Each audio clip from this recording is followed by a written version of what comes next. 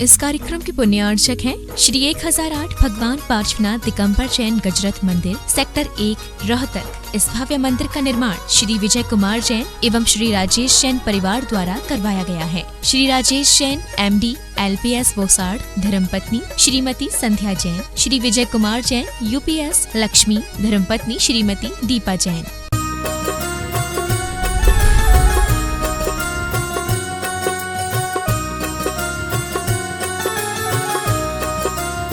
देवादिदेव 1008 आदिम तीर्थंकर श्री आदिनाथ भगवान की।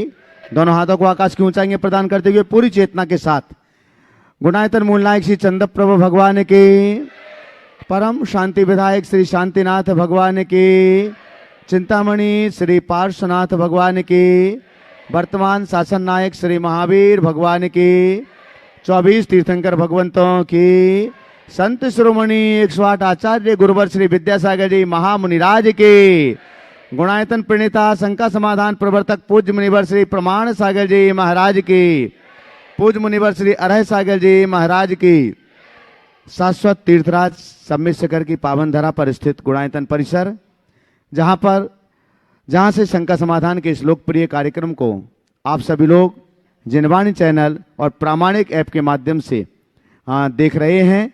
साथ ही साथ देश और दुनिया में अपने घरों पर टीवी सेट के सामने बैठे हुए सभी दर्शक भी इस कार्यक्रम को देख रहे हैं। हम उन सभी दर्शकों का और यहाँ पर उपस्थित सभी श्रद्धालुओं का गुणायतन परिवार एवं श्री सेवायतन परिवार की ओर से हार्दिक हार्दिक स्वागत एवं अभिनंदन करते हैं।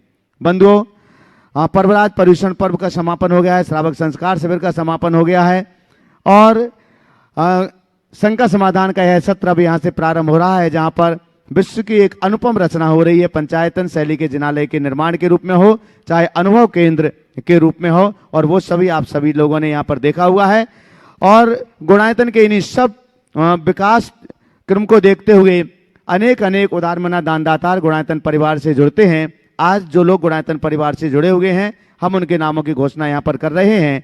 अपेक्षा होगी जोरदार करतल ध्वनि से आप उनका सम्मान करेंगे, लेकिन उसके पहले देश और दुनिया के लोग महाराज श्री की आशीष की प्रतीक्षा में हैं। तो दोनों हाथों को जोड़िएगा, आपके लिए भी मंगल आशीष मिले और आपके माध्यम से उन सभी के पास भी मंगल आशीष की छांव पहुंचे। हे महाराज श्री, नमोस्तु नमोस्तु नमोस्तु। आज गुणायतन परिवार से निर्माण निधि के रूप में जुड़ रहे हैं श्रीमती मंजू जैन, धर्मपत्नी स्वर्गीय आनंद जैन, शुभम शैलजा जैन चंडीगढ़ से। अगर यहाँ पर उपस्थित हों तो अपने स्थान पर खड़े होकर के मंगल आशीष ले लें और जोरदार करतल ध्वनि से आप लोग उनका सम्मान कीजिएगा। निर्माण निधि से ही शौका, वैशाली, आशीष, आदित्य, श्रीमती चंद्रकला जी, श्री महावीर आदिनाथ जी धोंगड़े औरंगाबाद महाराष्ट्र से करतल ध्वनि करते जाएं। इंदिराबेन लक्ष्मीचंद साय की स्मृति में नलनी भाई लक्ष्मीचंद साय गांधीनगर से, श्री मनोज पगरिया, श्रीमती सुमन पगरिया कोलकाता पश्चिम बंगाल से, श्री अभय कुमार सुकुन जैन, आशु जैन जबलपुर मध्य प्रदेश से। अगर इनमें से कोई भी यहाँ पर उपस्थित हो तो अपनी जगह पर खड़े होकर के मंगल आशीष ले लें और आप लोग सामूहिक रूप से सभी निर्माण निधि का स्वागत करें। बंधु, आज गुणायतन से स्वर्ण दान के रूप में जुड़ रहे हैं श्रीमती मनोहर देवी प्रसन्न चंद जैन मूथा बलराम UP से और श्री ताराचंद तारामणि गोदा हीरापत जयपुर राजस्थान से। साथ ही स्वर्ण दान से जुड़ रहे हैं हजारीबाग झारखंड से श्री राजकुमार गिनिया देवी पाटनी, असीत, अमृत, पवन, रतन एवं समस्त पाटनी परिवार ने गुणायतन के लिए एक सोने की चूड़ी और सोने का 2 सिक्का लगभग 10.50 ग्राम का समर्पित किया है। अगर यहाँ पर उपस्थित हों तो मंच तक पहुंचे। राजकुमार जी गिनिया देवी पाटनी परिवार से अगर वहां पधारिएगा। और क्या बात है, और इन्होंने 16 कारण के 16 उपवास भी किए हैं। आज 16वां उपवास है, कल इनकी पारणा होगी। आज 16 कारण विधान भी संपन्न किया है। आपके सम्मान के लिए मैं आमंत्रित कर रहा हूं NL जैन साहब और सुभाष जी CEO पधारें और आज जिन्होंने गुणायतन के लिए स्वर्णदान दिया है उनका सम्मान करेंगे। बंधु, आज गुणायतन से निर्माण मित्र के रूप में जुड़ रहे हैं, जो पहले निर्माण निधि में थे अब निर्माण मित्र से जुड़ रहे हैं श्रीमती माया जैन, धर्मपत्नी श्री नरेंद्र कुमार जैन न्यू दिल्ली से। पधारिएगा, यहाँ पर उपस्थित है, मंच पर आ जाएं। श्रीमती माया जैन, धर्मपत्नी श्री नरेंद्र कुमार जैन न्यू दिल्ली, पधारिएगा। आपके सम्मान के लिए मैं आमंत्रित कर रहा हूं श्रीमती चंद्रकला जी पाटनी रांची और अर्चना वेनाडा कोलकाता। पधारेंगे और आज जो गुणायतन से निर्माण मित्र के रूप में जुड़ रहे हैं उनका सम्मान करेंगे। हाँ बंधुओं, गुणायतन से आज सूत्रधार के रूप में जुड़ रहे हैं श्री ओम प्रकाश अंशुल जी भदौरा, ग्राम महरौनी, उत्तर प्रदेश से। जोरदार करतल ध्वनि से इनका सम्मान करिएगा। और आपके सम्मान के लिए मैं आमंत्रित कर रहा हूं, आपके सम्मान के लिए मैं आमंत्रित कर रहा हूं अखिलेश जी शतवैया टीकमगढ़ से गुणायतन ट्रस्टी, और संतोष जी सिंगई दमोई से पधारेंगे और आज जो गुणायतन से सूत्रधार के रूप में जुड़ रहे हैं उनका सम्मान करेंगे। और आप अतिथि सत्कार के लिए जोरदार करतल ध्वनि का अवदान देते जाइएगा, उसमें संकोच नहीं करिएगा। हम आमंत्रित कर रहे हैं, पधारेगा ओम प्रकाश अंशुल जी भदौरा, जो आज सूत्रधार के रूप में गुणायतन परिवार से जुड़ रहे हैं। और साथ ही गुणायतन से आज सूत्रधार के रूप में जुड़ रहे हैं, गुणायतन से सूत्रधार के रूप में जुड़ रहे हैं श्री अशोक मल्लीनाथ मखदुम, शौका वंदना अशोक मखदुम, बेलगाम कर्नाटका से। अगर यहाँ उपस्थित हैं तो पधारिएगा, मंच पर आ जाएं। और आपके सम्मान के लिए मैं आमंत्रित कर रहा हूं सुनील जी जैन, CFO गुणायतन, और सिद्धार्थ जी कासलीवाल, प्रशासक गुणायतन, पधारिएगा। आज जो गुणायतन से सूत्रधार के रूप में जुड़ रहे हैं श्री अशोक मल्लीनाथ मखदुम, शौका वंदना अशोक मखदुम, बेलगाम कर्नाटका से। बंधुओं, गुणायतन से आज निर्माण सारथी से सूत्रधार के रूप में जुड़ रहे हैं। पहले निर्माण सारथी थे, अब सूत्रधार के रूप में जुड़ रहे हैं डॉक्टर प्रदीप कुमार जैन, श्रीमती अचला जैन, अंकुर अनामिका कुमारी, प्राची जैन, राजगढ़ से। अगर यहाँ पर सिद्धार्थ जी आ जाएं, थोड़ा सा 1 मिनट सिद्धार्थ जी को आ जाने आइएगा, थोड़ा सा जल्दी आ जाएं। अगर यहाँ पर उपस्थित हैं डॉक्टर प्रदीप कुमार जैन, श्रीमती अचला जैन, अंकुर अनामिका कुमारी, प्राची जैन, राजगढ़ से, तो मंच तक पहुंचे। चलिएगा बंधु, जोरदार करतल ध्वनि से उनका सम्मान कीजिएगा। टीवी के माध्यम से ये सम्मान उनके पास तक पहुंचता है, इसलिए आप इसमें कंजूसी नहीं कीजिएगा। आगे प्रश्न के लिए तैयार रहेंगे विशाल जी गंगवाल, गया, पधारें विशाल गंगवाल, गया। और आपके बाद में तैयार रहेंगे सीमा वज, कुचामन। बंधु, हम आपके लिए बतला दें, आने वाले कार्तिक मास के आस्थानिक महापर्व पर सम्मेद शिखर की इस पावन शाश्वत धरा पर सिद्धों की आराधना सिद्धचक महामंडल विधान के माध्यम से संपन्न होगी, और जिसमें बहुत ही कम मंडल रह गए हैं। जो भी लोग पारस चैनल के माध्यम से 2 ही मंडल शेष रह गए हैं। जो भी लोग पारस चैनल के माध्यम से इस कार्यक्रम को देख रहे हैं और जो लोग यहाँ पर उपस्थित हैं, अगर आप पावन सिद्ध भूमि पर सिद्धों की आराधना करना चाहते हैं अपने परिवार के 8 सदस्यों के साथ में, तो आप लोग 3,11,000 रुपए की राशि में गुणायतन कार्यालय में संपर्क करके अपने मंडल सुनिश्चित कर सकते हैं। मात्र 2 मंडल शेष रह गए हैं, जोड़ा। और इसके साथ साथ में जो लोग सिद्धों की आराधना करना चाहते हैं तो 108 जोड़ों के लिए स्थान सुनिश्चित है, और प्रत्येक जोड़े के लिए 51,000 रुपए की राशि सुनिश्चित की गई है, तो उसके लिए भी। और जोड़े भी सीमित ही बचे हैं, अनेक लगभग नाम आ चुके हैं, तो जिनके लिए भी मंडल नहीं ले पा रहे हैं या कोई कारण है जिस वजह से इतनी राशि में आप मंडल अपना नहीं ले सकते हैं, तो आप जोड़े के साथ में यहाँ सिद्धों की आराधना करने का सौभाग्य प्राप्त कर सकते हैं। उसके लिए भी गुणायतन कार्यालय में संपर्क करें। सीमा जी बच। महाराज श्री के चरणों में मेरा बारंबार नमोस्तु। महाराज श्री, 2 प्रकार के आदमी होते हैं, एक गरीब आदमी और एक अमीर आदमी। अमीर आदमी का परिग्रह उसके पैसों से बाहर नजर आ जाता है कि उसके पास इतना है, ऐसा है, सब समझ जाते हैं और उसका परिग्रह पता लगता है बाहर से इसके पास। परंतु गरीब आदमी का बाहर से कुछ नजर नहीं आता कि केवल गरीब आदमी है, परंतु अंतर मन में उसने कुछ ऐसा संजो के रखा हो कि ऐसा है, ऐसा होना, ऐसा।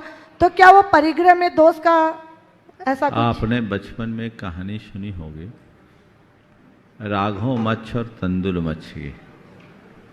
ऐसा कहा जाता है कि एक महामत्स्य होता है जो स्वयंभू रमन समुद्र में रहता है,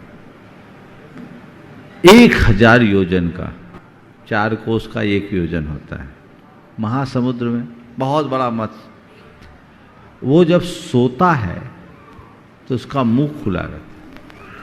अब इतने बड़े मत्स्य का मुंह खुल जाए तो उसमें तो न जाने कितने प्रकार के बड़े बड़े मच्छ और मछलियां आए जाए। वो सो रहा है बेखबर। उसके कान में एक मत्स्य होता है जिसका नाम है तंदुल मत्स्य, सालिसिक्त मत्स्य भी बोलते हैं। क्या बोलते हैं उसको?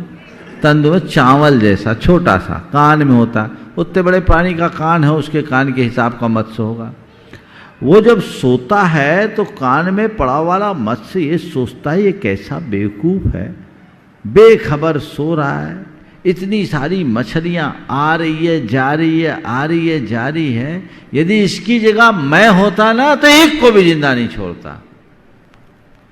उसका ये नतीजा निकलता है कि एक मछली को भी न खाने वाला वो तंदुरुमच्छ सातवें नरक चला जाता है, और वो राघव मच्छ जो देशव्रती बन जाए, सम्यक दर्शन प्राप्त कर ले तो 16वें स्वर्ग तक चला जाता है। तो ये मत सोचना कि कोई गरीब है अमीर है उसके पास ही ज़्यादा परिग्रह है।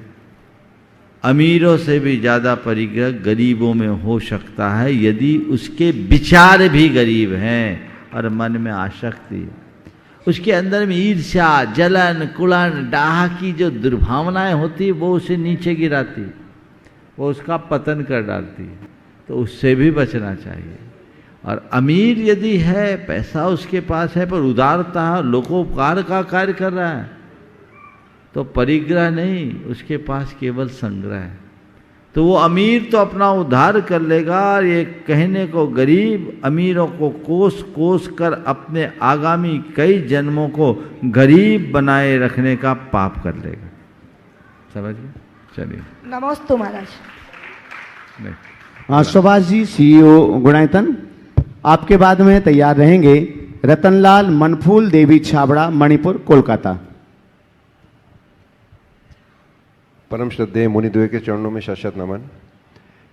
गुरुदेव, अभी कुछ दिनों पहले गुणायतन में प्रामाणिक समूह की कार्यशाला हुई थी, जिसे प्रामाणिक ग्रुप द्वारा किए गए विभिन्न कार्यक्रमों की सूचनाएं पूरे जन साधारण को मिली। उससे लोग बहुत प्रफुल्लित भी हुए, बहुत इम्प्रेस भी हुए। हमारे पास बहुत से समाचार ऐसे आते रहते हैं। अभी उसी की एक दूसरी कड़ी है NRI प्रामाणिक पाठशाला, जो कि USA में मेन इसका बेस है, और वहाँ के लोगों ने मिलकर ये कार्यक्रम चलाया है। और करीब 6 टाइप के वेरिएशन हैं उसमें लेवल 1, लेवल 2, लेवल 3 अलग अलग एज के बच्चों के लिए वो पाठशालाएँ चला रहे हैं। ऑनलाइन पाठशालाएँ बहुत ही लोकप्रिय वहाँ हो रही है गुरुदेव, और कल उसका नया सेशन प्रारंभ हो रहा है। आज रात को ही, एक्चुअली रात को 9:30 बजे भारतीय समय के अनुसार नया सेशन प्रारंभ होगा। गुरुदेव, सभी की कामना है कि आपका आशीर्वाद उस बच्चों को और उन पेरेंट्स को और उन टीचर्स को मिले, जिससे उनको मोटिवेशन प्राप्त हो। देखिए, प्रामाणिक समूह निश्चित बहुत अच्छा काम कर रहा है, और प्रामाणिक समूह के इन कार्यों को देख के उनको आशीर्वाद देने का मन तो सदैव बना ही रहता है। मैं पूरे प्रामाणिक समूह का आज आशीर्वाद दे रहा हूँ। आपने जो NRI प्रामाणिक पाठशाला की बात की, ये बहुत ही अनोखी पाठशाला है। इसे सैफ अली अजमेरा और उनके साथ और जो पूरी टीम है बहुत ही तत्परता के साथ काम कर रही है। मुझे जो इसकी जानकारी मिली कि 3 साल के बच्चे से लेकर 80 साल तक के लोगों की पाठशाला यहाँ, हर वर्ग के लोगों की पाठशाला वहाँ चलती है। भारत से दूर रह कर के भी भारतीयता और जैनत्व से जुड़े रहने का ये बड़ा श्रेष्ठतम उपक्रम है। ये जो कार्य उन लोगों के द्वारा वहाँ के बच्चों के निमित्त किया जा रहा है, ये बहुत ही अनुकरणीय पहल है। हम लोग कितने भी मंदिर बनाएं, प्रतिष्ठाएं कराएं या धर्म प्रभावना के वो अन्य बड़े बड़े कार्य कराएं, पर ये सब कार्य तब तक सार्थक नहीं होगी जब तक हम अपनी पीढ़ियों में संस्कारों को अंकित न करें। ये प्रामाणिक पाठशाला ज्ञान के साथ संस्कारों के समारोपण का बड़ा श्रेष्ठतम निमित्त है।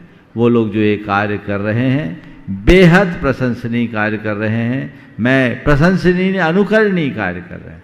मैं सभी से कहूँगा कि इसी तरह के कार्य आप लोग करें। जितने बच्चे बड़े जो उसमें अध्ययन करने के लिए अपनी सहभागिता दे रहे हैं, उनसे भी मैं कहूँगा कि आप लोग जितने अच्छी तत्परता से अभी तक अध्ययन करते आ रहे हैं, आगे भी अपनी अभिरुचि को बनाए रखते हुए वैसे ही करें। और बहुत ही टेक्नोलॉजी के माध्यम से वहाँ पाठशालाएं पढ़ाई जाती है।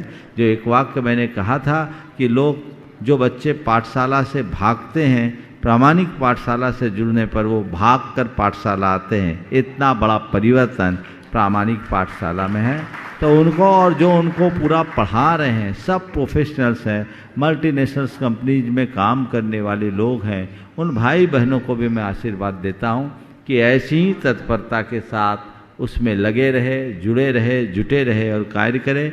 पुनः मैं देश भर के लोगों से भी कहूँगा कि आप अपनी पाठशालाओं को प्रामाणिक पाठशाला से जोड़िए, उससे रजिस्टर कीजिए, उससे आपको बहुत लाभ मिलेगा। प्रामाणिक समूह ने ये सुनिश्चित किया है कि वो आपको पूरी सामग्री देगी, आप पढ़ाएंगे। प्रामाणिक समूह आपको सामग्री देगा, आप पढ़ाएंगे। आप अपने बच्चों को उस तरीके से अगर ढंग से पढ़ाना शुरू करेंगे तो आप अपने बच्चों का भविष्य बहुत अच्छे से गढ़ पाएंगे। इसके लिए पूरी समाज में जागरूकता होनी चाहिए। मैं सभी लोगों से कहूँगा कि प्रामाणिक समूह जो वेबसाइट और प्रामाणिक ऐप के थ्रू आप इनसे बात कर सकते हैं, उनसे संपर्क करें और अपने अपने यहाँ के पाठशालाओं को जोड़ें अथवा अपने घर के बच्चों को उनके साथ जोड़ दें। निश्चित उनके अंदर संस्कार की ज्योति जलेगी जो आपकी परंपराओं का संवाहक बनेगी और आप आने वाली पीढ़ियों में धर्म के बीज बो सकेंगे। सभी को आशीर्वाद।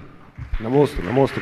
रतनलाल मनफूल देवी छाबड़ा मणिपुर कोलकाता से अपना प्रश्न यहाँ पर रखेंगे और उसके बाद मैं यहाँ पर आमंत्रित करूँगा अभी जो गुणायतन से सूत्रधार के रूप में जुड़ रहे हैं। साथ ही एक जुड़े तो उन्होंने कहा कि अपना मन भी है तो हम भी जुड़ेंगे। संदीप जी सराफ, सम्यक जी सराफ, रजनी सराफ, सोहाना सराफ, प्रेरणा सो, श्रीमती चंदाबाई जी सराफ, अलंकार ज्वेलर्स ललितपुर से तो पधारेंगे तब तक यहाँ पर और आपके सम्मान के लिए तैयार रहेंगे संजीव जी प्रचंडी अलीगढ़ टेस्टी गुणायतन और डॉक्टर अभय कुमार जी मकरोनिया सागर टेस्टी गुणायतन।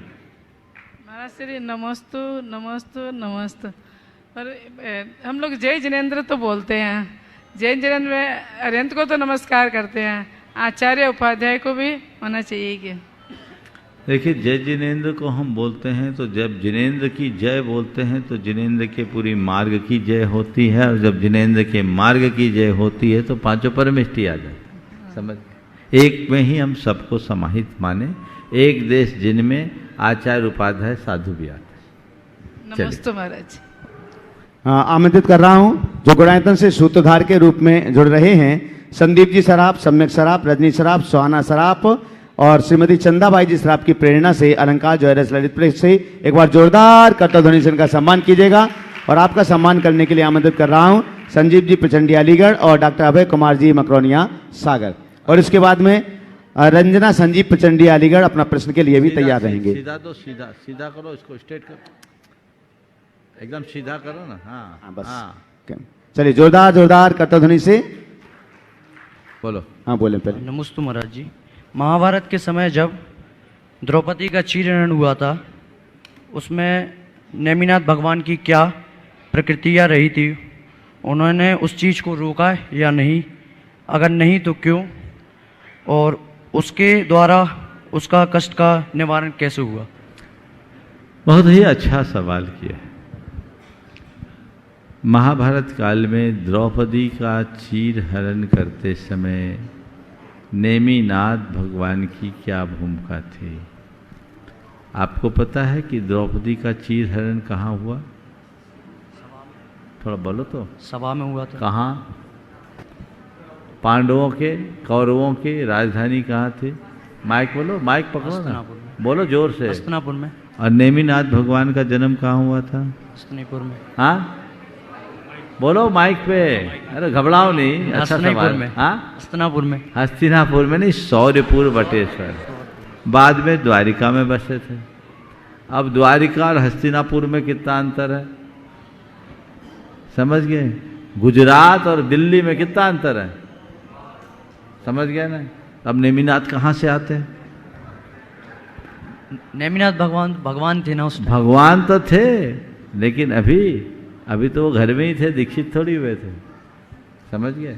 इसलिए उसको ऐसा मत समझो कि नेमिनाथ भगवान ने क्या किया। भगवान बनने के बाद भगवान, और हमारे यहाँ भगवान ऐसा कुछ नहीं करते कि किसी पर कृपा कर दे और किसी पर को। भगवान तो बीतरागी हैं, वे केवल जानते हैं और देखते हैं। मुझे पक्का भरोसा है अगर उस राज्यसभा में भगवान नेमिनाथ होते तो दुशासन का भाव ही बदल जाता, द्रौपदी का चीरहरण नहीं होता। तुम तो सवाल ये भी कर सकते हो कि जब नेमिनाथ थे तो इनने जुआ क्यों खेला? सवाल आ सकता है ना? सवाल बहुत जोरदार किया तुमने। नेमिनाथ भगवान थे तो जुआ क्यों खेला? अरे नेमिनाथ भगवान थे, वहां थे क्या? वो तो थे ही नहीं। पांडवों का अलग नगर, उनका अलग नगर, रिश्तेदारी थी, बात अलग है। पर ये बताओ तुम्हारी जितनी रिश्तेदारी सबके साथ तुम रहते हो क्या? हाँ, तो इसलिए इनमें नेमिनाथ भगवान का कोई नाता नहीं है। ये जो होना था सो हुआ, लेकिन द्रौपदी का परम पुण्य था कि उसका चीर बढ़ गया। समझ गए? चलिए नमोस्तु महाराज बोलो। जी, हाँ। नमोस्तु महाराज जी। नाम महाराज बोल जी, दो अपना। किन मंदिरों में अपना नाम बोलो। पहले अंशुल नाम। भदौरा, अंशुल भदौरा। हाँ बोलो। नमोस्तु महाराज जी। महाराज जी, किन मंदिरों में दान देना चाहिए? जहाँ सारी समाज जाती है, या वहाँ जहाँ गांव में कोई नहीं जाता वहाँ के मंदिरों में, या जरूरतमंद लोगों को दान देना चाहिए? देखिए, दान देना चाहिए। पहला सवाल दान देना चाहिए। कहाँ देना चाहिए? जहाँ जरूरत हो वहाँ देना चाहिए। भरे को भरने की जगह खाली को भरना चाहिए। जिन मंदिरों में खूब पैसा है, बैंक बैलेंस है, एफडियां हैं, या हुंडियों में रुपया चल रहा है, वहाँ दान देने का कोई लाभ नहीं है। तुम दोगे और कमेटी वाले उसका ब्याज पे चलाकर निजी उपयोग करेंगे। समझ गए? जी महाराज जी। उन जगह दान दो जहाँ भगवान की सेवा पूजा की भी व्यवस्था नहीं। समझ गए? जी महाराज जी। अगर कहीं कोई कार्य हो रहा है और कार्य होता हुआ तुम्हें दिख रहा है, उसकी उपयोगिता दिख रही है, तो वहाँ दान दो। वहाँ बड़ा काम, जितना बड़ा काम उतना बड़ा दान। हमारा मंदिर है महाराज जी। बीच में मत बोलो, तुम अपने में मत लपेटो, नहीं तो लोग तुम्हें कोसने लगेंगे और तुम्हें घर जाके परेशानी हो जाएगी। तुम कॉमन सवाल करो। हमने क्या बताया? मंदिरों में हमारे दोनों तरह के मंदिर हैं। कुछ मंदिर ऐसे हैं जिनके पास खूब संपत्तियाँ हैं, उनका किराया भी बहुत आता है, और सैकड़ों लोग रोज मंदिर जाते हैं, उसके गुल्लकों से भी बहुत रुपया आता है, और बोलियाँ ओलियाँ होते रहती तो रुपया आता है। स्वाभाविक है, जिस मंदिर में रोज दर्शन पूजन करता वहाँ दान देने का मन तो होगा ही, देना भी चाहिए। लेकिन जब हमारे पास एक सीमित राशि है और हमारे पास चुनाव करना है कि ये रुपया कहाँ दें, तो ऐसे लोगों को चिन्हित करना चाहिए और कुछ रुपया उन मंदिरों में देना चाहिए, उन तीर्थों में देना चाहिए जहाँ का रखरखाव भी प्रॉपर नहीं है। और एक सुझाव और दूंगा, जितने मंदिर कमेटियों के पास सरप्लस पैसा है, वो अपना हृदय उदार बनाए और अपने उस पैसे को उन मंदिरों के जीर्णोद्धार रख रखाव में लगाएं जहाँ सेवा पूजा की भी व्यवस्था नहीं। इससे उन्हें अनंत गुना पुण्य का लाभ होगा। और जोड़ जोड़ करके रखते जाएंगे, आसक्ति बढ़ेगी, पाप भी लगेगा। और जिन मंदिरों में पैसे नहीं होते न, वहाँ के चुनाव में कोई पदाधिकारी नहीं बनना चाहता। और जिन मंदिरों में खूब संपत्ति है, उनके चुनाव में बहुत जद्दोजहद होता है ना। तो इसलिए एक वाक्य कहूँगा कि भगवान अपरिग्रही हैं, उनको अपरिग्रही रहने दो, उनके लिए ज़्यादा चिंता मत करो। और भगवान के मंदिर के लिए ज़्यादा एफडी की ज़रूरत नहीं, भगवान के बाल बच्चे नहीं हैं। जब तक तुम्हारी श्रद्धा है, भगवान की सेवा पूजा होती रहेगी, और जिस दिन श्रद्धा समाप्त होगी, सेवा पूजा की भी जरूरत नहीं होगी। इसलिए इस पर व्यापकता से विचार करना चाहिए और तदनुरूप पुरुषार्थ करना चाहिए। रंजना संजीव प्रचंडिया अलीगढ़, ट्रस्टी गुणायतन और सेवायतन आगे तैयार रहेंगे। सभाई सिंह अनुराग अर्चना जैन कटनी। जो है महाराज जी को हमारा शरचंद महाराज जी, एक प्रश्न तो इनका है, मैं एक बात कहना चाहता हूँ। कल मैं वंदना के लिए जाना चाहूँगा, आपसे आशीर्वाद चाहिएगा। आशीर्वाद, हाँ बोलो। गुरुवरदा के चरणों में नमस्तु नमस्तु नमस्तु। महाराज जी, शंका ये है, आज क्षमावाड़ी पर्व है। हम क्षमावाड़ी पर्व पर अपने परिजन हित मित्र से तो हम अपनी क्षमा मांग लेते हैं, लेकिन दो लोग जो हमारी एक आत्मा है, जिसको हम भवान्तर तक अपने कषाय को द्वारा चारों गतियों में घुमाते हैं, उससे हम आत्मा नहीं क्षमा नहीं मांगते हैं। दूसरा ये प्रकृति जो हमें इतना सब कुछ देती है, लेकिन उसके प्रति हम इतने निष्ठुर रहते हैं कि उसके लिए हम कभी कुछ अच्छा नहीं सोच पाते हैं या उससे क्षमा नहीं मांग पाते। उसके लिए ऐसा क्यों? इसलिए कि हमें आत्मा का पता ही नहीं है। जैसे आत्मा का परिचय हो जाए, वो आत्मा को दुख देने का प्रयास ही नहीं करेगा, खुद क्षमा से रहेगा, क्षमा मांगेगा, क्षमा करेगा। महाराज जी, प्रकृति के प्रति जो हम लोग इतने बिल्कुल रखना चाहिए। सभासद अनुराग अर्चना जैन कटनी। आगे तैयार रहेंगे एडवोकेट रश्मि ऋतु जैन सागर। महाराज श्री आपके गुरु चरणों के अनन्य भक्त और गुणायतन के ट्रस्टी और मंत्री अरविंद जी राजा हैं। उनकी धर्मपत्नी सुनीता जी ने 16 कारण के 32 उपवास किए हैं और वो इसलिए आपके चरणों में यहाँ नहीं पहुँच पाई हैं, लेकिन वो ये कार्यक्रम देख रही हैं और आपका मंगल आशीष चाहिए। बहुत ही अच्छा पुरुषार्थ का काम किया। हमेशा वो उपवास करते रहते। इस वर्ष 32 उपवास किए निर्विघ्न, उनकी वो निर्बाध आराधना हुई। मेरा बहुत बहुत आशीर्वाद। और कल जिनके भी पारना है उनकी भी पारना अच्छे से संपन्न हो, ये मेरा आशीर्वाद है। बहुत बहुत आशीर्वाद। कैलाश जी बैठे हैं। हाँ, कैलाश जी भी हैं। आ जाइए एक बार आप भी। ये इन्होंने 32 और तुम भी आ जाओ, दोनों आ जाओ, आ जाए। हाँ, जब तक आप सवाल करो। हाँ, मेरे और मेरे परिवार की ओर से मुनिद्वय के चरणों में बारंबार नमोस्तु नमोस्तु नमोस्तु। गुरुवर, कभी कभी हम देखते हैं कि पर्वत बढ़ते हुए दिखाई देते हैं हमें, और सुना है कि पृथ्वी का एक जीवों की अवगाहना घनांगुल के असंख्यात्मक भाग प्रमाण है। तो जमीन में जो आयरन, डायमंड और भी स्टोन है, ये कैसे बढ़ते हैं गुरुवर? क्योंकि पृथ्वी का एक जीवों की अवगाहना बढ़ती नहीं है। बिल्कुल, एक ही पिंड में अनेक जीवों की उत्पत्ति होते रहते हैं और उससे वो नए जीव जुड़ करके बढ़ते रहेंगे। एक पर्वत एक जीव नहीं है, उसमें अनंत असंख्य है। अनंत तो नहीं होंगे पृथ्वी का, तो उनकी वृद्धि होती है। हाँ, आ जाओ, आ जाओ, तुम भी आ जाओ। और कौन है कल जिनकी पारना होनी है? कैलाश जी सेठी देखेगा, ये अजमेर से हैं और हर बार 32 उपवास करते हैं और अभी भी इनका आज 32वां उपवास है। कल इनकी पारना है। सवाल करना है सवाल कर लेंगे। इनका 16वां उपवास है और भी एक बहन ने 32 उपवास किए हैं। बहुत बहुत सराहनीय कार्य किया। बोलिए, आप सवाल कीजिए। नमस्तु महाराज जी, नमस्तु। मेरा सवाल ये है कि अपने आप को हम कैसे जीरो बनाएं कि पास खड़े रहने वाले का मान 10 गुना बढ़ जाए। अपने आप को कैसे जीरो बनाएं कि पास खड़े रहने वाले का मान 10 गुना बढ़ जाए? क्या बढ़िया सवाल किया। बस मैं तो यही कहूँगा कि सामने वाले के स्वरूप को अपने स्वरूप के समान बना लो। अपने आप हम जीरो होंगे और उसे हम अपना हीरो बना सकेंगे। इस प्रकार चलिए, ओवर समाप्त हो गया। चलो पूछो। हे गुरुवर, आपके चरणों में नमोस्तु नमोस्तु नमोस्तु। हे गुरुवर, आज के भौतिक युग माइक। हाँ, हे गुरुवर, आज के भौतिक युग में मोबाइल अति आवश्यक चीज़ हो गई है, जो कि मोबाइल मंदिर और अभिषेक, ये पूजा, आहार में ले जाते हैं, जबकि मोबाइल अशुद्ध रहता है। मोबाइल ले जाना उचित है क्या? बिल्कुल नहीं ले जाना चाहिए। ठीक है। हाँ, आगे आखिरी बोलो। हे मुनिवर, नमोस्तु नमोस्तु नमोस्तु। मुनिवर, ये प्रश्न हमारे सागर वर्णी कॉलोनी से आपकी परम भक्त साधना ताजपुर जी का है। उन्होंने पूछा है कि मुनिवर, आदिनाथ जी के समय में वर्ण व्यवस्था थी समाज में, लेकिन गुजरते हुए वक्त के साथ साथ प्रचुर संसाधनों के वजह से जो कार्य था वो हाथ की अपेक्षा मशीनों से किया जाने लगा। और जो शूद्र कुल में जिन्होंने जन्म लिया, मुनिवर, शूद्र कुल में जिन्होंने जन्म लिया, उनका आचार विचार व्यवहार भी चेंज हुआ। उनमें कई लोग ऐसे हैं जिनके जो शाकाहारी हैं, जल छान कर पीते हैं, रात्रि भोजन का त्याग है, मद्य मांस मधु का सेवन नहीं करते। ऐसे कुछ करीबी लोग हैं।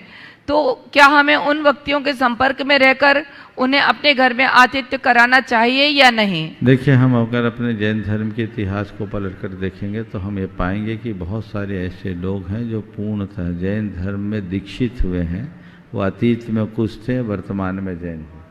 मैं जब अभी चित्तौड़गढ़ था, उदयपुर के आसपास बिहार कर रहा था, उधर एक समुदाय है जैनों का, वीरवाल जैन। वीरवाल, ये सब स्थानकवासी हैं और ये लगभग 100-125 वर्ष पहले जैन बने। ये सब के सब खटीक थे और खटीक से जैन बने और उन्हें वीरवाल जाति दी गई। तो ऐसे ही बहुत सारे जैन जातियों का इतिहास है। यदि वर्ण व्यवस्था और धर्म मर्यादा के अनुरूप सारी चीज़ें हो तो ये सब चीज़ें स्वीकार हो सकती। अगले प्रश्न के लिए संगीता गवाने अकोला। आगे तैयार रहेंगे सरिता जैन देवरी।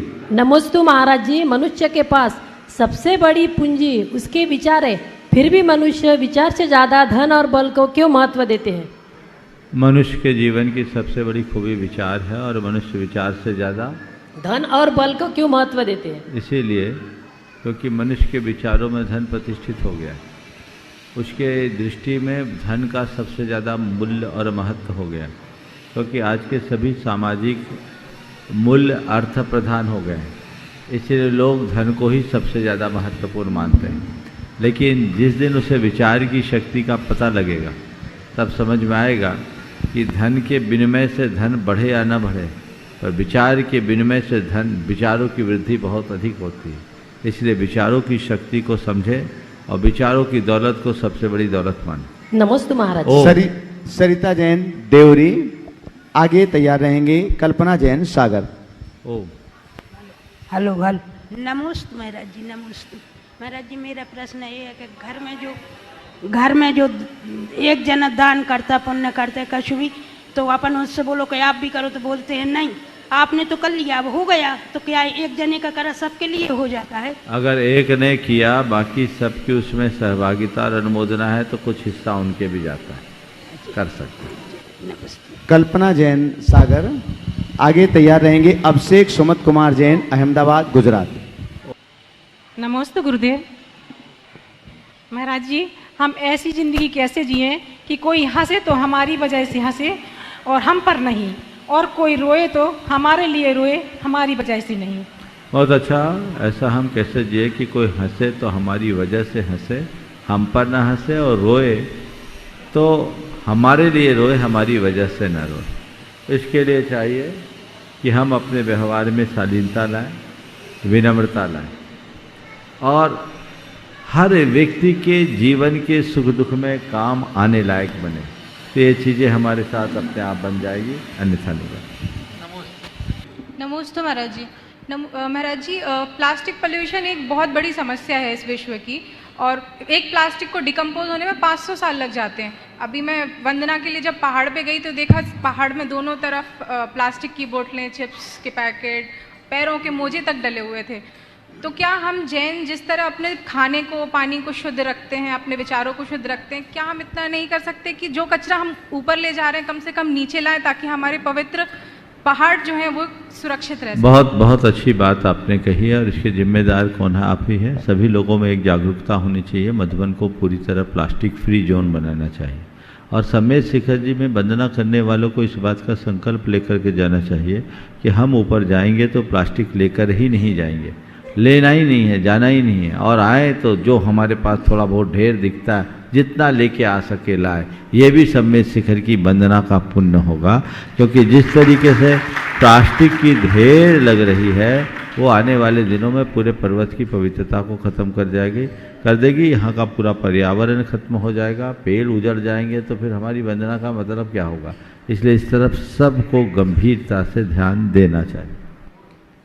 अभिषेक सुमत कुमार जैन अहमदाबाद, आगे तैयार रहेंगे सीमा वज कुचामन।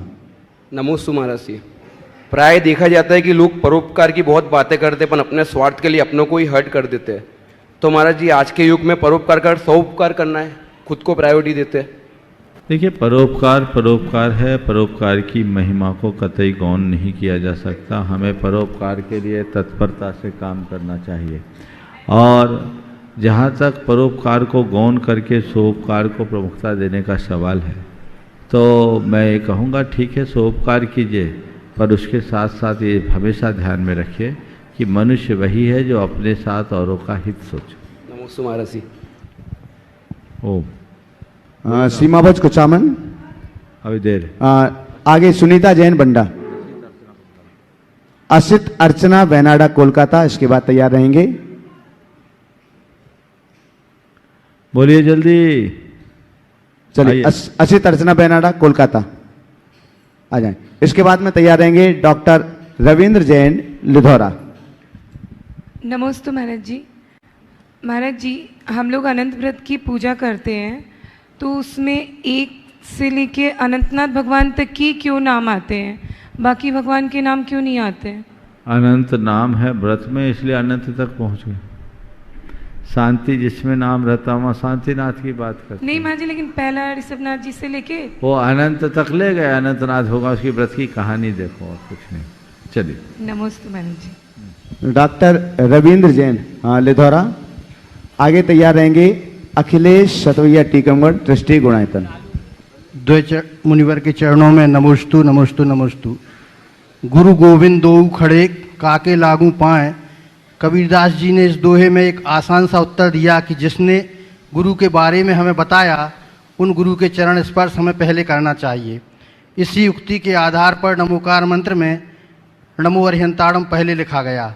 गुरुदेव, मेरी शंका यह है कि मंदिर जी में जहाँ तीर्थंकर भगवान विराजमान हैं वहाँ यदि हमने जिन्हें अपना गुरु बनाया है वह मिल जाए तो हम पहले किसे नमस्कार करें? मंदिर जी में जहाँ भगवान विराजमान है यदि गुरु आ जाए तो हम किसको नमस्कार करें? गुरु जिसको नमस्कार कर रहा है उसको नमस्कार करें।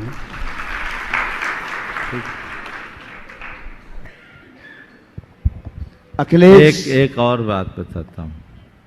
जब भी गुरु मंदिर जी में वंदना करने के लिए आए तो आप लोग जब तक वो दर्शन न कर ले तब तक आप दूर से हाथ जोड़े खड़े रहें। प्राय आप लोगों के चक्कर में ढंग से वंदना भी नहीं हो पाती। वो भावपूर्वक वंदना कर रहे, आप उनके चरण छू रहे, ध्यान बढ़ता है। तो ऐसा नहीं करना चाहिए। अब वो वंदना करने आए हैं, उन्हें वंदना करने दीजिए और जब वंदना करके जाने लगे तब आप उन्हें निवेदन कर दीजिए। अखिलेश सतवैया टीकमगढ़, ट्रस्टी गुणायतन। आगे तैयार रहेंगे मुकेश जैन सागर। परम पूज्य गुरुदेव के चरणों में सतवैया परिवार का तिरबार नमोस्तु नमोस्तु। गुरुदेव, प्रश्न तो हमारा छोटा है, इसके पहले हम 2 मिनट, 1 मिनट, आधा मिनट। गुरुदेव, आशीर्वाद फलता है गुरुओं का, ये हमने अपनी ज़िंदगी में देख लिया। दिसंबर से अभी 9 महीने बाद पहली बार 75% बैठकर पूजा अर्चना की आपके आशीर्वाद से, और आपके आशीर्वाद से मैंने रीढ़ की हड्डी का ऑपरेशन नहीं कराया। और पहली बार 9 महीने बाद बैठ के 75% विधान किया, व्रत किए, ये आपका आशीर्वाद है। प्रश्न बहुत छोटा है गुरुदेव। उपाधि व्याधि है, फिर भी लोग उपाधि के पीछे क्यों भागते हैं? इसलिए कि उनको समाधि की महिमा का पता नहीं। जिसे समाधि की महिमा का पता लग जाएगा वो उपाधि को व्याधि समझे। नमोस्तु गुरुदेव, नमोस्तु। मुकेश जैन सागर। आगे तैयार रहेंगे रतन जी छाबड़ा, कोलकाता आसाम। बोलो। गुरुवर के चरणों में कोटि कोटि नमोस्तु। गुरुवर, मेरा प्रश्न तत्वार सूत से है। तत्वार सूत के 6वें अध्याय में सांप्रदायिक क्रिया के बारे में बताया गया है। इसमें 23 क्रियाएं अशुभ रूप हैं, 2 क्रियाएं शुभ रूप। उसमें एक क्रिया है स्वहस्त क्रिया, तो गुरु जी उसका बताने। और पल्ल की वर्तमान समय में सबसे छोटी इकाई, अगर पल्ल को हम कन्वर्ट करें अभी तो कितने वर्षों का एक पल्ल होगा? देखिए, सबसे पहली बात तो जो 25 क्रियाएं हैं उनमें 2 शुभ बाकी अशुभ, ये हटा दीजिए। ये 25 क्रियाएं हैं जो शुभ भी हो सकती है अशुभ भी हो सकती है। जी। स्वहस्त क्रिया को लोग प्रायः अशुभ बोलते हैं, पर मुझे ये बात नहीं जचती। यदि हम कोई कार्य जो दूसरों के द्वारा किए जाने वाला है उसे खुद अपने विवेक से करते हैं तो मेरी दृष्टि में वह अल्प हिंसा का कारण बनने की अपेक्षा ज़्यादा अच्छी हो। तो इसको उसके प्रसंगानुसार देखना चाहिए। जो ये कहा जाता है कि पर के द्वारा किया जाने वाला क्रिया को करना स्वहस्त क्रिया है, पर उसको किस संदर्भ में कहा जा रहा है उसे वैसा देखना। जी। पल्ल और पल्ल असंख्य वर्षों का, असंख्य वर्षों का, असंख्य वर्ष। नमोस्तु गुरुदेव। रतन छाबड़ा, कोलकाता। नहीं है, अगला बोलो। NL जैन साहब, जयपुर, कोषाध्यक्ष गुणायतन। आगे तैयार रहेंगे संध्या जय नरेश जैन, भोपाल। दोनों गुरुओं को सादर नमन, वंदन। महाराज श्री, 2 शब्द हैं, ज्ञान जन्य और अनुभव जन्य।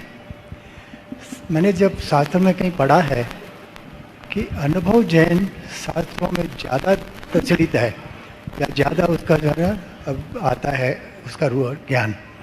और अगर मेरी जिज्ञासा ये है कि महाराज जी ये जो है अनुभवजन्य, क्या व्यक्ति जब तो उम्र बढ़ती है तो इसका ज़्यादा प्रचलित होता है या इसका महत्वपूर्ण? बहुत अच्छा सवाल है आपका। आपके सवाल का सार ये है कि जीवन में महत्व ज्ञान का है या अनुभव का? हमारे जीवन में बहुत सारी चीज़ें ऐसी होती हैं जो ज्ञान से आती हैं और बहुत सारी चीज़ें अनुभव से। लेकिन ज्ञान और अनुभव से जब हम तुलना करेंगे तो मैं आपसे कहूँगा कि अनुभव ज्ञान से बड़ा है। समझिए, अनुभव बड़ा है और अनुभव को प्रमुखता दें। ज्ञान तो हम कहीं से भी पढ़ करके पा सकते हैं, पर अनुभव हर व्यक्ति को अपने जीवन से आता है। और अनुभव केवल जीवन से ही नहीं आता, अनुभवी लोगों के संसर्ग से भी आता है। ज्ञान और अनुभव में क्या अंतर है वो मैं आपको एक उदाहरण से बताना चाहूँगा। पानी पीने से प्यास बुझती है, ये सबको ज्ञान है। पर पानी पीने के बाद जब प्यास तर होती है, प्यास बुझती है, उस समय का अनुभव हाँ? तो जो अनुभव है पानी के ज्ञान का और अनुभव में अंतर है ना। पानी का ज्ञान रखने वाला प्यासा रह सकता है, पर पानी का अनुभव करने वाला तृप्त होता है। तो ज्ञान बौद्धिक स्तर तक सीमित रह सकता है, अनुभव हृदय से उतरता है। ज्ञान विस्मृत हो सकता है, अनुभव स्थायी रहता है। तो जो बातें मनुष्य के जीवन के अनुभव से घटती है वो चिरस्थायी होती है और वो बड़ी पक्की होती है। इसलिए हमें ज्ञान से ज़्यादा महत्व अनुभव को देना चाहिए। नमस्ते महाराज श्री। संध्या जैन जैन भोपाल, आगे तैयार रहेंगे पारस जैन कोटा। कोटा हेलो हेलो बोलिए। महाराज जी दोहे को अंतिम सांस तक नमोस्तु नमोस्तु नमोस्तु। मेरी शंका यह है कि जिस पत्थर को आदमी ने पूज्य बनाया और वह पत्थर आदमी अभी 2 दिन पहले सवाल आ गया, दूसरा ला। चल चल दूसरा पीछे वाले को दो जब तक 2 दिन पहले सवाल दे दो। नमस्ते महाराज श्री जी, मेरी शंका ये है कि मैं टीवी पे देख लेता गुजाई की झलक, तो एक चित्र नजर आया था एक जानवर का, और अभी मैं देखा तो गेट वगैरह पे पिलर पे वो जानवर का। हाँ बोलिए, माइक ऐसा पकड़े। हाँ, उस पे वो एक जानवर का चित्र है। हाँ जो वो काफी जगह नजर आ रहा है। तो मेरा शंका ये है कि उस जानवर का चित्र से ही अपना मंदिर का कोई विशेष। बहुत सुंदर, वो है बागला और ग्रासमुख, 2 चित्र है जो मंदिरों के शिल्प के साथ अंकित किया जाता है। बागला का मुख जो है वो एक प्रकार का जल जीव है, समुद्र चैन में जिसको ड्रैगन बोलते हैं, लगभग उससे उसकी आकृति मिलती है। ये बड़ी प्राचीन आकृति मंदिरों के बाह्य हिस्से में से अंकित किया जाता है, क्योंकि ये मंदिर में नकारात्मकता के प्रवेश को रोकता है, ऐसी इसकी मान्यता है। यहाँ पर बागला का जो अंकन किया गया है उसके पीछे एक प्रयोजन है। और दूसरा जो ग्रासमुख होता है वो सकारात्मक ऊर्जा का प्रवेश दिलाता है। तो मंदिर में नकारात्मकता से मुक्ति और सकारात्मकता की वृद्धि अपेक्षित है, इसलिए इन सब चीज़ों का शिल्पांकन किया जाता है। मस्त गुरुदेव। चलिए जल्दी से आपके बाद तैयार रहेंगे आदिश जैन, प्रशांत जैन, सांगानेर, जयपुर।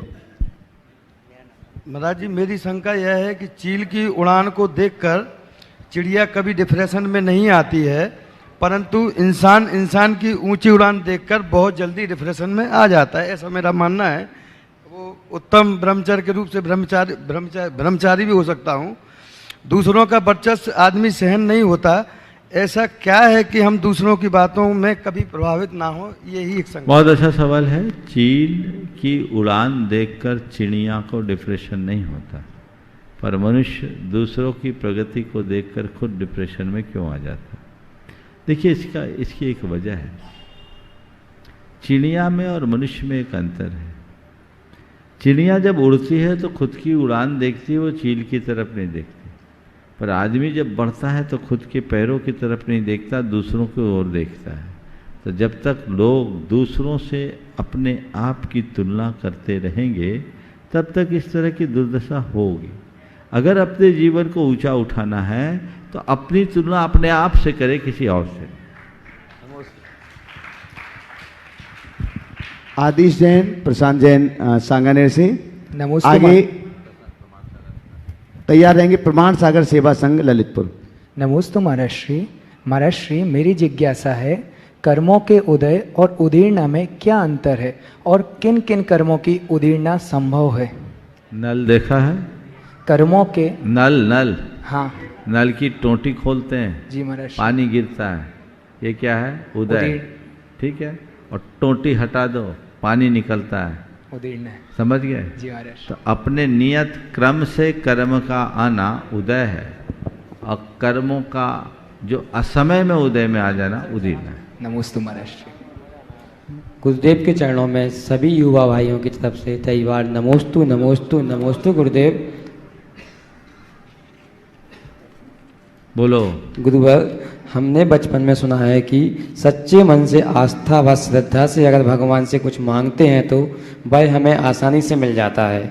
लेकिन कई बार हम लोग सच्चे मन से और हाँ बोलो, आप बोलो। सच्चे मन से या आस्था से भगवान से कुछ मांगते हैं तो वह हमें नहीं मिलता है। क्या वह हमारे पाप कर्म का उदय है या उस चीज़ को पाने में अभी समय है? दोनों बातें परस्पर विरोधी है। तुमने जो सुना है कि हम सच्चे मन से मांगते हैं तो मिलती है, और अब कह रहे हो कि मांग रहे हो और मिल नहीं रही, तो ये परस्पर विरोधी बात।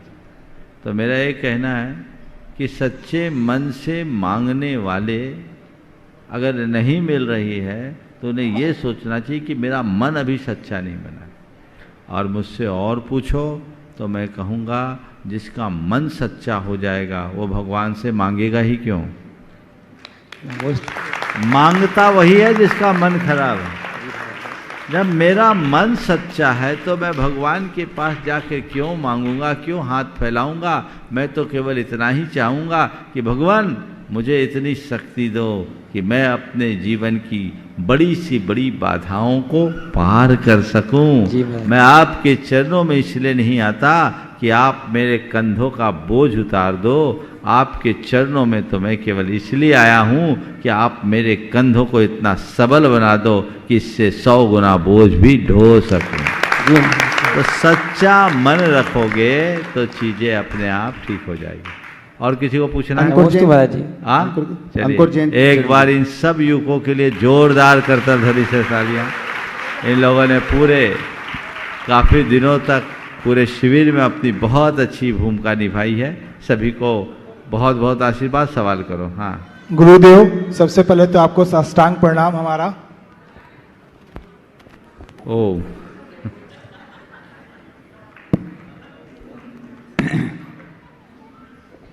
गुरुदेव, कई बार कहा जाता है कि काले रंग का सामान ये मत लो, काला रंग का ये सामान मत लो। तो क्या कई बार कहा जाता है ना कि काले रंग की गाड़ी मत लो, काले रंग का ये मत करो, काला रंग मत लो। तो ये क्या सच है क्या कि गुरुदेव कभी काला रंग का ऐसा यूज नहीं करना चाहिए? मुझे नहीं मालूम काले रंग की चीज़ें यूज करनी चाहिए या नहीं करनी चाहिए, पर मैं ये कहता हूँ काला काम जीवन में कभी नहीं करना चाहिए।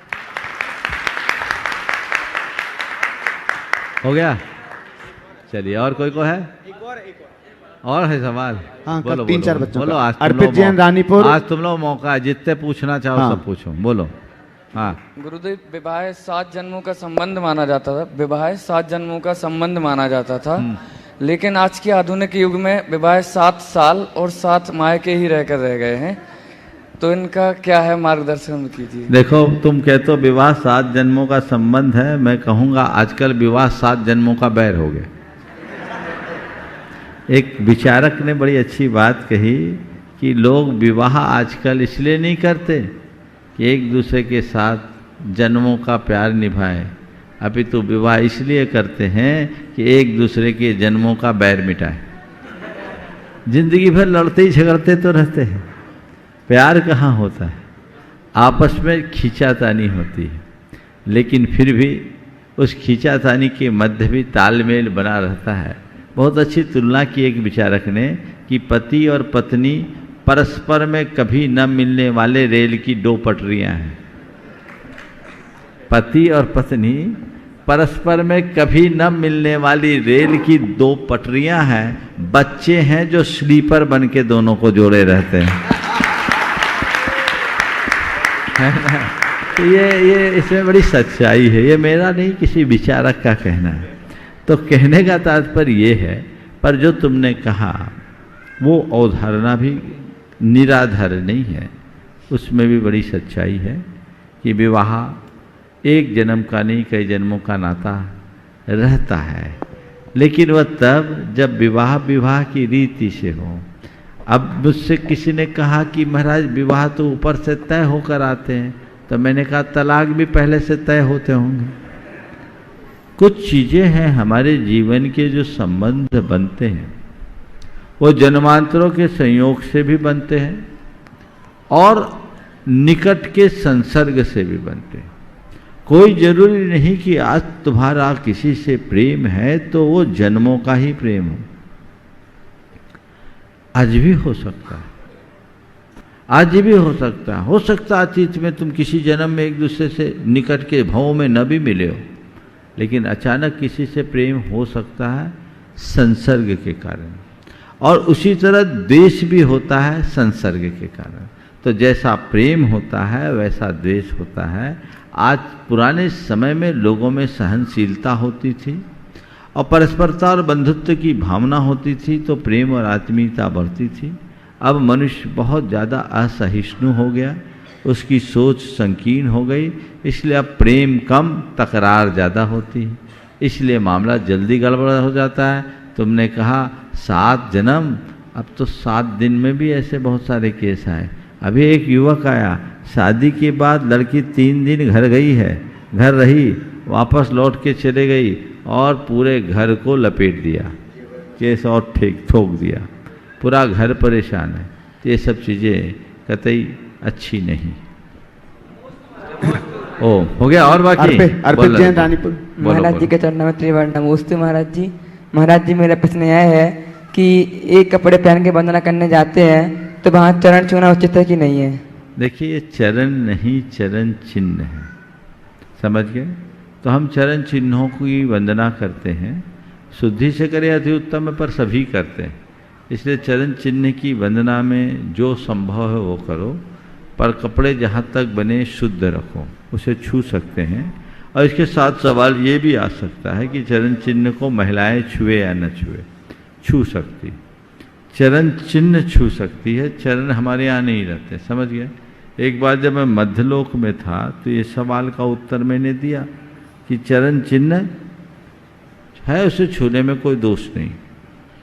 तो एक पर्ची आ गई, उस समय लाइव कार्यक्रम नहीं चलता था, पर्चियों में उत्तर होता था, 2007 की बात है। तो एक दूसरी पर्ची आ गई कि जब भगवान के चरण छू सकते हैं तो महाराज के चरण क्यों नहीं छू सकते? सवाल कर दिया किसी ने। जब भगवान के चरण छू सकते हैं तो महाराज के चरण क्यों नहीं छू सकते?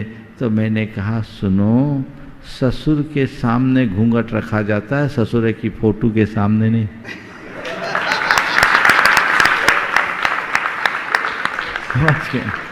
तो चरण और चरण चिन्ह को समान मत मानना। चलिए। नमस्ते महाराज। नमस्ते महाराज। अमित जैन चंदेरी। कौन है अमित? जल्दी आ जल्दी आए। आगे तैयार रहेंगे सम्यक सराफ ललितपुर। महाराज जी के चरणों में चंदेरी जैन समाज की ओर से सादर नमोस्तु। महाराज जी, बच्चों में मोबाइल कार्टून की लत को छोड़ाकर उन्हें धर्म की ओर कैसे जोड़ें? ज्वलंत समस्या है महाराज। कई बार उत्तर दिया। मोबाइल की लत छोड़ने के लिए पहले आपको खुद को अपनी लत ठीक करनी पड़ेगी, बच्चों को हर बात के औचित्य का बोध कराना होगा। 2 दिन पहले मैंने इस पर विस्तार से चर्चा की। ओम। सम्यक सराफ ललितपुर, थोड़ा शीघ्र करें। अगला बोलो, बस जल्दी आइए। जल्दी।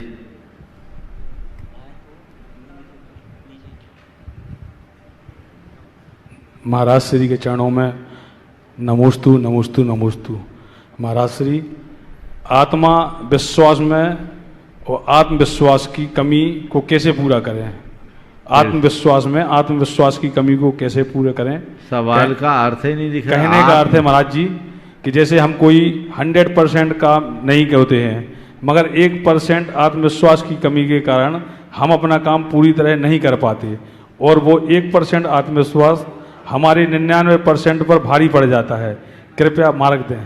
तुम्हारे सवाल का सार यह है कि अपने आत्मविश्वास को कैसे मेंटेन करें, अपने आत्मविश्वास को किस तरह से बना कर रख सके, है ना? तो आत्मविश्वास को बनाए रखने के लिए 4 उपाय बताता हूँ। पहली बात, ऐसे लोगों की संगति में रहो जिनके अंदर प्रगाढ़ आत्मविश्वास हो। दूसरी बात, ऐसे लोगों के चरित्र को पढ़ो जिन्होंने आत्मविश्वास के बल पर बुलंदियों को छुआ है। तीसरी बात, ऐसे लोगों से सुरक्षित दूरी रखो जो तुम्हारे आत्मविश्वास को कमज़ोर करते हैं, तुम्हारे लिए डिमोरलाइज करते हैं, तुम्हें नकारात्मकता की तरफ ढकेलते हैं। ऐसे लोगों से बचो, उनसे सुरक्षित दूरी रख करके चलो। और चौथी बात, हर पल एक कमांड अपने मन को दो, मैं पूर्ण हूँ और मैं सब कुछ कर सकता हूँ, मैं सक्षम हूँ, मैं समर्थ हूँ, मैं सक्षम हूँ, मैं समर्थ हूँ। अगर ऐसा करेंगे तो हम काफ़ी कुछ अच्छा कर सकते हैं। इस प्रकार आज के इस सत्र को परम पूज्य गुरुदेव के चरणों में नमन अर्पित करते हुए मैं यहीं पर विराम दे रहा हूँ। बोलिए परम पूज्य आचार्य गुरुवर श्री विद्यासागर जी महाराज की जय। जय जय।